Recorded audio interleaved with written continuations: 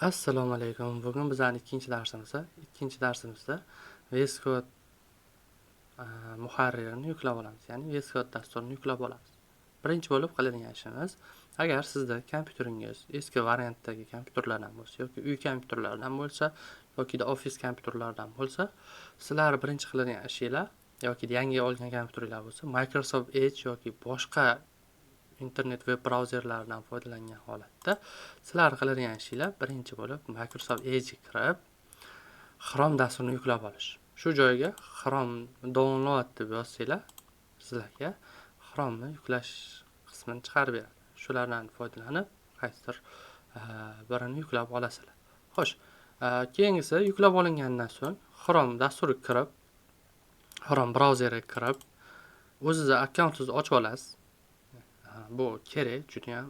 Sababi qaysidir saytga yoki biror bir loyihaga yoki dasturga kirayotgan paytingizda sizdan asosan akkaunt so'rashadi. Shu akkaunt orqali siz bemalol qiyinchiliksiz kirib ketishingiz mumkin. Bizlarda juda ham ko'p kerak bo'ladi. Asosan GitHub va boshqa dasturlar bilan ishlayotganda bizga foyda beradi. Buni ham YouTube orqali ko'rib chiqsangiz bo'ladi. Login qilish, ya'ni ro'yxatdan o'tishi. Birinchi bo'lib bizlar qiladigan ishimiz, bizlar kod yozish uchun VS Code dasturini o'rnatib olishimiz kerak. VS Code dasturini Visual Studio Code, ya'ni VS Code holatda yoziladi. Birinchi bo'lib mana shu saytga kiramiz. Xo'sh, bizlar yuklab oladiganimiz Windows uchun yuklab olish. Agarda yuklab olsanglar bo'ladi, MacBook yoki Linuxdan kirsanglar alohida chiqarib beradi. Bizlar Windows uchun bosamiz, yuklashni boshlaydi, mana yuklanishni boshladi. Xo'sh, 106 megabayt ekan. Bu saytga kirib, xohlagan ma'lumotni olsangiz bo'ladi. Shu VS Code bo'yicha nima qiladi, qanaqa, nima uchun ishlatiladi, hamma ma'lumotini ko'rib chiqsangiz bo'ladi. Alohida tanishib chiqsangiz bo'ladi. Yuklandi. Ustiga bosamiz, bo'lib buni tushirib qo'yamiz. Hozir bizga alohida oynacha chiqarib beradi. Sal cho'zilishi mumkin. Kimlardir tezroq, kimlardir sekinroq, kompyuterga yoki internet tezligiga qarab o'zgarishi mumkin. Bizga hozir chiqarib beradi oynacha. Xo'p, bu joyda bizga nima beryapti? Bu joyda bizga shartnoma, o'sha ma'lumotlar, litsenziyaning ma'lumotlari hammasini tanishib chiqsangiz bo'ladi. Biz buni tanishib chiqdim degan mavzusini bosamiz. Hamma tichklar yoqiq turishi kerak. Uстановка qilamiz. Biroz vaqt cho'zishi mumkin. VS Code qulayliklari juda ham yaxshi. Hozirgi kunda zamonaviy dasturlashni bizga qo'l keladi. Juda ham ko'p yangi frameworklar, dasturlar o'rnatish uchun bizga qulay, ya'ni kod yozishda ancha dasturchilarga qulaylik qilingan. Ya'ni vaqtni kamroq tejaydi, isrof qilmaydi, kerakli holatda ishlatish uchun bizga yordam beradi. Undan tashqari VS Codedan tashqari Sublime Text dasturi bor, PyCharm bor, Anaconda. Juda ham ko'p. Ulardan xohlaganingizni bitta foydalanib ko'rsangiz bo'ladi. Bizga qulay esa bu VS Code. VS Code'da kengaytmalari bor. Ularni ham ko'rib, keyingi darsda kod yozishlarimizni boshlaymiz. Ya'ni kod yozib, ichida nimalar yoziladi, qanaqa ma'lumotlar, qanaqa elementlar, nima uchun ishlatiladi, hammasini birin-ketinlikda ko'rib chiqamiz. Va bizlar VS Code'imiz o'rnatildi, zavrshit qilamiz. Mana bu holatda o'rnatildi. O'zi avtomatik ravishda bizlar ichki tomoniga yuboradi. Xo'sh, banda o'rnatilganligi uchun mana bu joy bo'sh chiqdi. Aslida bu joyda yozuvlari chiqishi kerak edi. Nastroykalari, ma'lumotlari hammasi chiqishi kerak. Bu bizga hozircha shart emas. Open folder rotda, ya'ni biza papka ochishimiz kerak ekan. Papka ochmasak foydasi yo'q ekan. Uning uchun ikki xil holatda ochsak bo'ladi. Mana shu joyda ochsak ham bo'ladi. Bu holda ochish sal qiyinroq. Рабочий stolda turgan papkangizni tanlasangiz bo'ladi. Uning uchun biz nima ish qilamiz? Tashqariga chiqib, bitta papka ochib olamiz. Mishkamiz o'ng tomonini bosib, sajda bo'limidan biz uchun papka. Endi men yozishim mumkin, nima mavzuda? Dasturlash deb yozib qo'ysam bo'ladi. Buni ikki xil holatda Visual Studioda ochish mumkin. Birinchisi, hozirgi holatda Visual Studio kirib, Open folder qilib, рабочий stolga o'tib, dasturlashi viborg papka bo'lsa, avtomatik ravishda ichiga kirib beradi. Ikkinchi usuli mana shu dasturlashni shunda olib kelib turib, ustiga qo'yib yuborsak ham, o'zi avtomatik ravishda ochib beradi. Hozir bizda ikkita bo'lib qolib, bittasini o'chirib turamiz. Xo'sh. O'chirib yubordim mana. Dasturlash ustida. Chalkashlik. Xo'sh, mana. Avtomatik ravishda ochib berdi. Mana. Mana endi chiqdi. Xo'p, bu joyda men oldin ishlatilgan kodlarim, yozilgan kodlarim qismi turadi, doimo shu joyda turadi. Bu joyda tanish chiqish, misol uchun mana bu joyda o'rganishingiz mumkin. VS Code'da qanaqa holatini, fundamentlarini ham ko'rib chiqsanglar bo'ladi. Birinchi bo'lib qilgan, buni o'chirib tashlaymiz. Birinchi bo'lib qiladigan ishimiz mana shu dasturlash papkasi bo'ladi. Ochgan papkamiz va bu joyda new file va papka bor. Hozir biz buni ishlatib ko'ramiz. Undan oldin biz extensionlarimizni o'rnatib ko'ramiz. Xo'p, buni tanishtirib chiqsam, VS Code dasturida menyular bo'limi, har xil menyular, mana bular tanishib chiqsanglar bo'ladi. Dars davomida bular hammasi bilan tanishib chiqamiz va extension. Extension degani misol Explorer, qidiruv, GitHub, ya'ni Gitga ulashimiz mumkin. Debug bor, run va debugga extensionlar. Bu joyda bizlar o'zimizning akkauntimizni ochsak bo'ladi. Mana akkauntlarimiz va nastroyka. Nastroyka bo'limida har xil holatlarni ko'rib chiqamiz. Xo'p, birinchi bo'lib qiladigan ishimiz extensionlarni o'rnatib olishimiz kerak. Extensionlar o'rnatishimiz uchun bizada birinchi bo'lib qiladigan ishimiz leave server va open in default browser degan extensionlarimiz bor. Ya'ni kengaytmalar. Uni keyingi darsda ko'rib chiqamiz, nima uchunligini. Bizlar kodimiz chiroyli chiqishi uchun, xo'p, birinchi bo'lib dasturlashda bitta papka ochib olamiz. Papkalar qanaqa ochishini ko'rsatib chiqaman. Keyin fayl ochiladi. Xo'p, birinchi bo'lib men HTML papkasini ochib olaman. HTML papkasi ochildi. Dasturlash o'tib, CSS papkasini ochib olaman. JS papkasini ochib olaman. JavaScript, bularni ham keyinchalik tushuntirib beraman. Xo'sh, va image, rasm uchun bitta papka ochib olaman. Birinchi bo'lib bizga ishlatiladiganimiz, asrab tushirib qo'yaylik. HTML mana bu ichiga kirdi degan. Ya'ni tashqariga chiqdi, HTML ichiga kirdi. Ichki qismiga kirdi. Mana bu joyda new file. New file bosamiz. Index html deb ochamiz. Birinchi bo'lib ochiladigan faylimiz index html. Mana bu joyda bu holatda turadi. Bizda masalan biror bir narsa ko'rsatishim uchun hozir men shift 1 ni bosib kod qismini chiqarib olaman. Mana shu ko'rinishda bo'ladi. Bizda yozganimizni saqrang bo'lmadi. Bu degan dumaloq turgan saqrang bo'lmadi. Agar men buni saqrang qilsam x holat turadi. Buning uchun fayl qismiga o'tib, mana bu joyda auto save bor. Shuni bosib qo'ysak bo'ldi. Bir marta bossak bo'ldi, boshqa ishlatilmaydi. Shu bilan boshqa bezovta qilmaydi. Xo'sh, endi mana shu qism bizning kod qismimiz hisoblanadi. Mana shu joyda kodlar yozamiz. Bo'ldi. Bu qismimiz tugadi. Hech qanaqa muammosiz. Keyinchalik bularni ko'rib chiqamiz. Buni yopib qo'yaman. Va extension qismiga o'tib, birinchi bo'lib yuklab oladigan kengaytmalardan biri bu auto complete degan. Complete. Bu CSS indeksda class nomini topib beradi.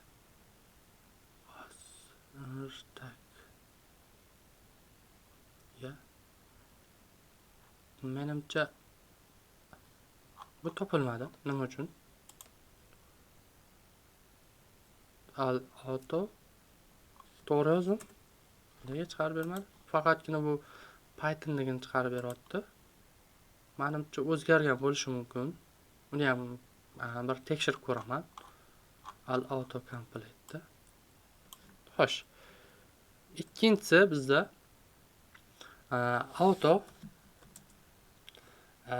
rename tag degani bo'lardi. Hop, auto rename tag ikkita bor bundan. Xo'sh, bu tak elementlari bizada chiroyli holatda yozish uchun ishlatiladi. Mana, misol uchun, ya'ni nima degani? Bitta yozgan kodingizni ikkinchisini ham yozib beradi. Keling, shuni yozib ko'ramiz hozir. Buni install qilamiz. Elementda qaysidir boshidagi elementni o'zgartirsak, ikkinchisidagi ham o'zgaradi. Misol uchun, h1 dan foydalanib salomni yozib turamiz ichiga va mana bu qismda biror bir elementni o'zgartiramiz. Misol uchun alsam, mana ikkinchisi ham o'zgartiradi. Auto rename tag. Eslab qolinglar, uni ham yozsanglar ham bo'ladi. Xo'sh, ikkinchisi bizlarda bracket xo'sh, breaks pair colorizer. Bu hozir menimcha ishlamayapti. Xohlasanglar birinchisidan foydalanib ko'rsanglar bo'ladi. Xohlasanglar ikkinchisidan ya'ni ustidan chizib qo'yganligi ishlamayapti degan ma'noni bildiradi. Shuni ko'ramiz. Xo'p, yuklab ko'ramiz. Rozimiz hammasiga. Xo'sh.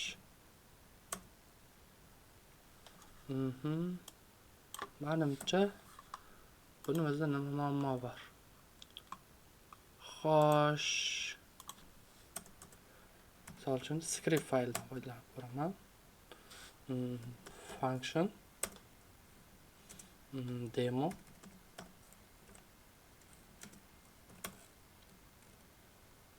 if yozib ko'raylik. Bo'ldi, tushundim. Bu bizda shuki, mana bu belgilarni bir xil qilib berish imkoniyatiga ega. Alohida mana bu belgilarni bir xil qilib beradi. Ranglar. Mana bu joydan ko'rsatib qo'yibdi. Hamma ishoralari bir xil qilib, mana qovus, jingalak qovus ranglarini bir xil qilib beradi. Alohida ajratib ko'rsatib beradi. Buni ham tushundinglar degan umiddaman. Xo'sh. Keyingisi bizda VS Code icons degani bor. Ikonkalari. Icon. Xo'sh. Biz buni tanlaymiz. Mana bu joyda. Hozir ko'rib tursizlar, mana bu ikonga e'tibor berib turinglar.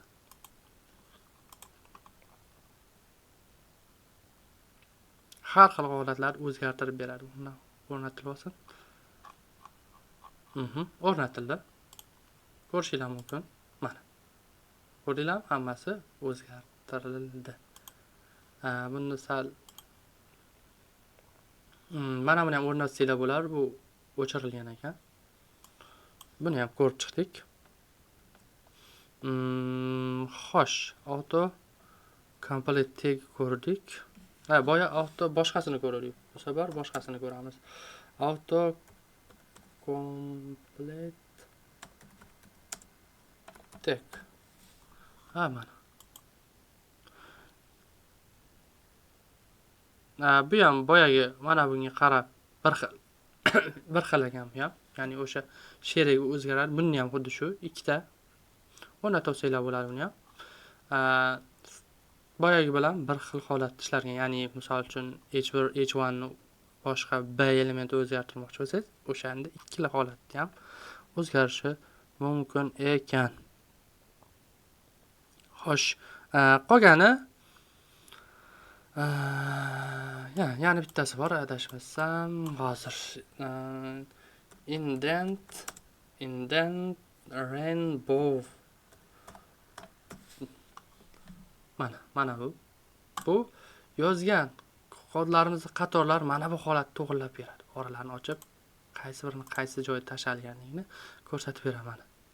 Mana shu holatda chiziqlar chizib beradi. Xo'sh, ko'ramiz. VS Code'imizga o'tib, mana.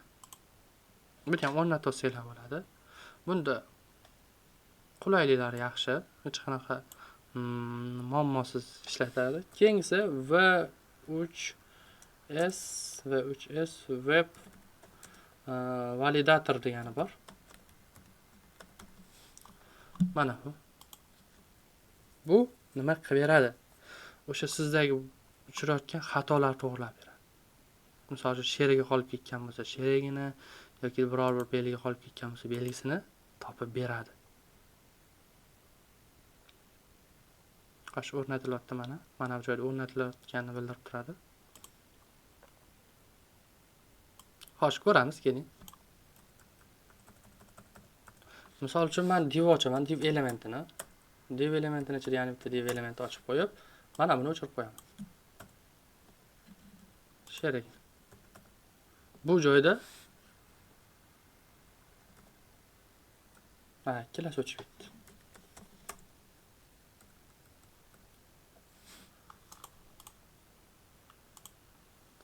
Xo'sh, mana bu joyda xato topib berish kerak edi. Negadir bizda mana buni yozuv chiqarish kerak edi. Nega yozuv chiqarmadi? Xo'sh, mana buni holatga yozib qo'yamiz. Konteyner bo'lish kerak edi, adashib ketdim. Bizda xo'sh, qaysi birini o'chirishimiz kerak? Shuni bizga xatolik berdi. Mana xatolik berdi. Qizil chiqdi. Xo'sh, mana buni o'chiradigan bo'lsak, bizda negadir qarang, o'chirdim. Mana bu pastda validation bor. Ya'ni shuni topsak, mana bosganimizda qaysi joyda qanaqa xatolik borligini bildirib beryapti. Sani koding xato debdi. Men buni yopadigan bo'lsam, xo'sh, mana buni o'chirib tashlaymiz. Kod sherigini yopgin debdi. Yana bitta tekshirib ko'radigan bo'lsak, bo'ldi. Xatolik ketdi debdi. Hech qanaqa muammosiz, qiyinchiliksiz ishlatiladi. Xo'p, keyingisi bor. Auto close tag degani bor. Avtomatik ravishda mana bu sherigini yopib beradi. Buni ham o'rnatib olamiz. Bitta sherigi qolib ketgan bo'lsa, avtomatik ravishda yopib beradi. O'rnatildi. Mana misol uchun P elementini yozadigan bo'lsak, P elementining ichida yana bitta P elementini yozib turib o'chirib qo'yadigan bo'lsak, misol uchun bizda xatolik beradi. Ya'ni mana bu joyda sherigini yopmagansan, meni sherigim qolib ketdi degan ma'nolarda ishlatiladi. Ana, ko'rib chiqsanglar bo'ladi. Xo'sh, endi yana bittasi bor. Prettier. Xo'sh, Prettier. Nima edi? Code formatter. Mana shuni bossangiz, yozuvingizni o'sha kodlaringizni har xil ranglarni qilib berish imkoniyatiga ega bo'ladi. Buni ham bosamiz. Qolgani code runner degani bor, JavaScript S6 shular bor. Ularni yana bir nechtalari bor. JavaScript yoki boshqa bir loyihalarga o'tganda hammasini birin-ketinlikda ko'rib chiqish imkoniyatiga ega bo'lamiz. Mana shulardan iborat edi. Bizlar bugungi nima bo'ladi? Element extensionlarimizni o'rnatish. Endi keyingisiga o'tamiz. Hop, settings bo'limiga o'tib olamiz. Mana buni sal kattalashtirish yoki kichiklashtirish imkoniyatini beradigan qismlarni ko'rib chiqamiz. Settingsga o'tamiz. Settingsda misol uchun font size bor. Ya'ni bu so'zimizni razmerini kattalashtiradi. Misol uchun men 20 qiladigan bo'lsam, mana bu hozir 20 ga o'zgardi. O'zingizlarga misol uchun holatingizga qarab, shu yoqdan turini tanlab olasizlar. Keyingisi bizda after save bu kerak emas. Default bu ham kerak emas hozircha. Bizga hozircha kerak bo'ladigani mana bu tab size 2 qilib qo'yamiz. Shu holat tursin. Hop, 200. Bu ham shart emas. Menimcha bo'ldi. Hech qanaqa qiyin joy yo'q. Qolganini keyinchalik o'sha darsimizga kerakli holatda o'zgartirib olamiz. Hozir tushunmay qolishingiz mumkin. Bo'ldi. Mana shu holatda ko'rinishlardan iborat edi. Tozalab qo'yamiz. Xo'sh, Visual Studio bilan ishlash ko'rinishi hozircha shu. Keyinchalik qolgan qismlarni ko'ramiz. Endi bizda yana bitta dastur bor. Bu dastur Lightshot deyiladi. U dastur misol uchun qaysi holatda biror bir tushunmagan joylaringlar bo'lsa, o'shani rasmga olib bizga jo'natish imkoniyatini beradi. Mana shu holatda bo'ladi. Misol uchun mana bu joyda qizil chiqib qoldi, men belgilab ustozimga tashlashim mumkin. Mana shu holatda mana rasm chiqarib beradi. Shunda Telegram kirib, Ctrl+V ni bosadigan bo'lsa, mana shu holatda boradi ustoz. Endi bu dasturni o'rnatishni ko'ramiz. Shunda kirib Light Shot deb yozadigan bo'lsa, mana chiqarib berdi. Light Shot dasturi o'rnatsangiz bo'ladi. O'zi ko'rsatib qo'ygan, mana misol uchun kerakli qismlarni tanlab olsangiz bo'ladi, belgilab olsangiz bo'ladi. Windows uchun, Mac uchun Windows bosasiz, yuklab oladi. Yuklab oldi.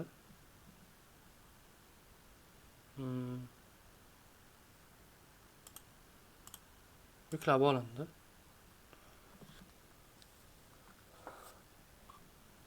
Hop, okey.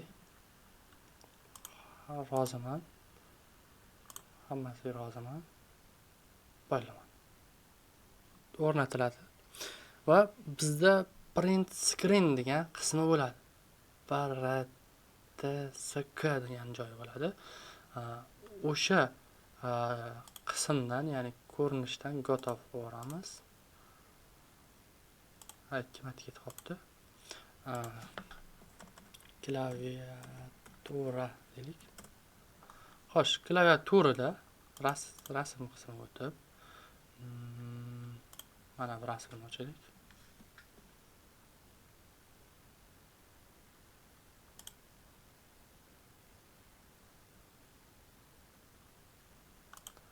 Rasmga kirish ham qiyin. Xo'sh, mana bu joyda har xil qismlari bo'ladi. Notebookda har xil, klaviaturali kompyuterlarda har xil. Mana print screen degan joy bor. Print screen. Mana shuni bosib rasmga olsangiz bo'ladi. Misol uchun mana bu print screen bosadigan bo'lsam, mana chiqarib ber. Mana misol uchun mana bu joyni mana bunaqa belgilab turib, ustozimga yuborsam bo'ladi yoki kimgadir jo'natsam bo'ladi. Bunga kirib, xohlagan misol uchun strelkani belgilasam bo'ladi. Mana bu joyda mana print screen bor, xatoni belgilasam bo'ladi. Va yana boshqacha misol uchun kesib bo'ladi, figurni qilsam bo'ladi. Misol uchun mana bu joyda xatolik bor deb yozsam bo'ladi yoki kesib bo'ladi mana bunaqa qilib. Xuddi shu holatlarda ishlasam bo'ladi. Buni ham ishlatib ko'ringlar, juda ham zo'r dasturlardan biri. Ikkinchisi bizada ranglar, har xil misol uchun dasturlashda ishlatiladigan ranglar bor. Juda insonni ko'zini og'ritmaydigan ranglar bor. Misol uchun o'zi 256 shunaqa rangimiz bor. 255 dan oshiq, 255 deylik ranglarimiz. Uni bizga Color Mania topib beradi. Mana Color Mania dasturi. Buni yuklab olasizlar, Color Maniani. Juda ham zo'r. Qaysi holatlarda saytlaringizga o'zgacha uslub bermoqchi bo'lsangiz, endi rangiga e'tibor bering. Rang mana shuni yuklab olasizlar. Xo'p, mana Color Mania bo'lishi kerak. Color Mania. Mana shu dastur. Bu dastur kirganingizda, misol uchun siz ko'rgan saytingizdagi yoki biror bir rangni aniq topib beradi. Okey, mana bu ruchkasini bosib, misol uchun Softonikdagi mana bu rang bormi?